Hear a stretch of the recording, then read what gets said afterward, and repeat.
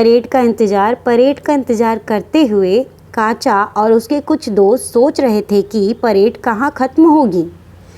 काचा के पास वह अखबार था जिसमें परेड का रास्ता दिखाया हुआ था। तो यहाँ पे जो बच्चे हैं वो सोच रहे हैं कि परेड स्टार्ट तो विजय चौक से होती है, लेकिन ख़त्म कहाँ होगी। तो वो ख़त्म कहाँ होती है, लाल किला पर। और काचा के पास अखबार था जिसमें परेड का रास्ता दिखाया गया था कि परेड विजय चौक से स्टार्ट होते हुए लाल किला तक, जो कि अंतिम पड़ाव होगा, वहाँ तक पहुँचेगी।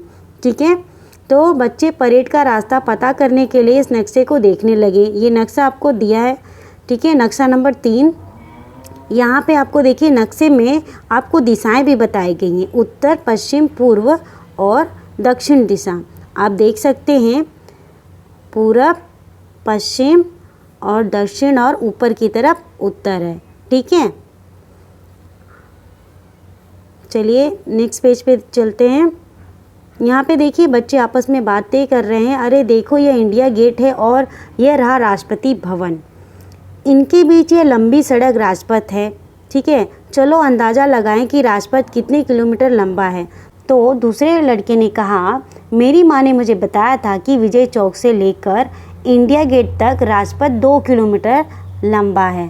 ठीक है, 2 किलोमीटर, यहाँ पे देखिए लिखा है 2 किलोमीटर लंबा है। और इस नक्शे पर यह लगभग 4 सेंटीमीटर लंबा दिखाया गया है। इसलिए नक्शे के 4 सेंटीमीटर धरती पर 2 किलोमीटर के बराबर है। तो एक छोटे से पेज पर जो एक्चुअल धरती पे जो लंबाई दी गई है, लेंथ दी गई, उतना अब पेपर पे हम नहीं दिखा सकते। इसलिए यहाँ पे हम क्या करते हैं, स्केल लेते हैं, यानी माप लेते हैं। यहाँ पे देखिए दूसरे लड़के ने कहा कि तुम ठीक कह रहे हो, देखो नक्शे के नीचे लिखा है स्केल, यानी 2 सेंटीमीटर बराबर 1 किलोमीटर। चलिए पहले क्वेश्चन पे चलते हैं। नक्शे में रास्ता दिखाओ। अब हमें नक्शे में रास्ता दिखाना है।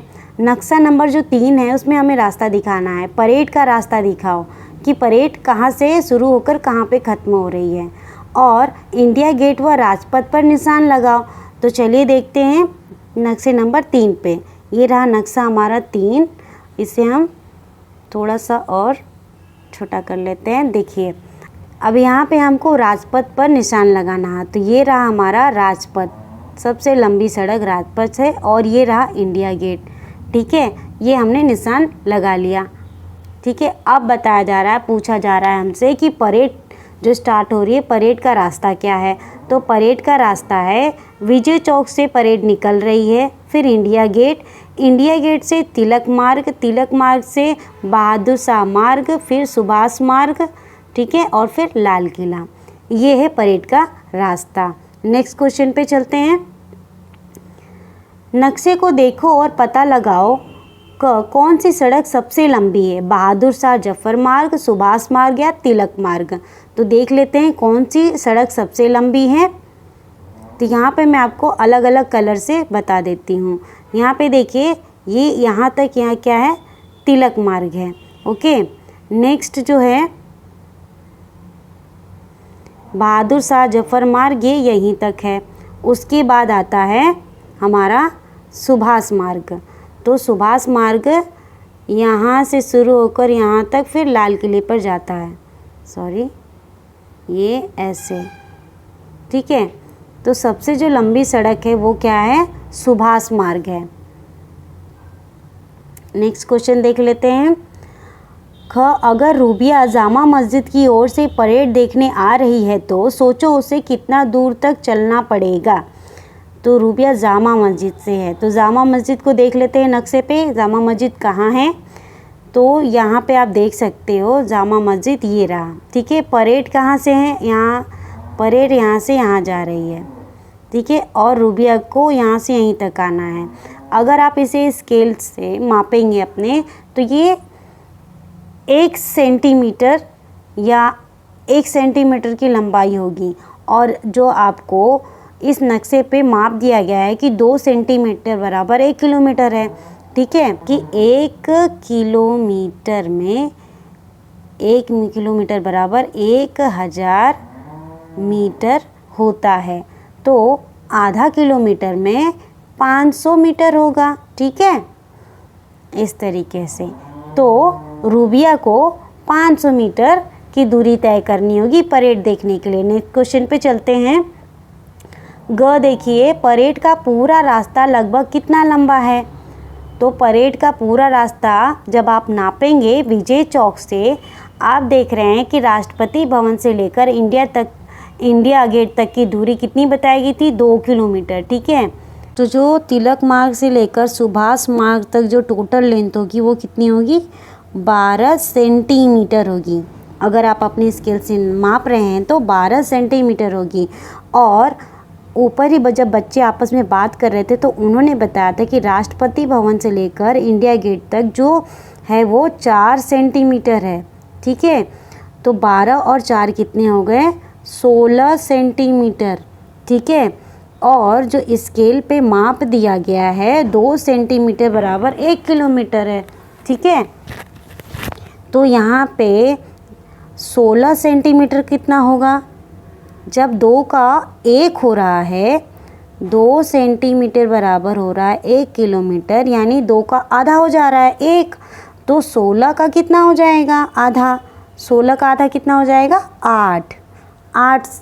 8 आपको 8 किलोमीटर जो दूरी मिल जाएगी।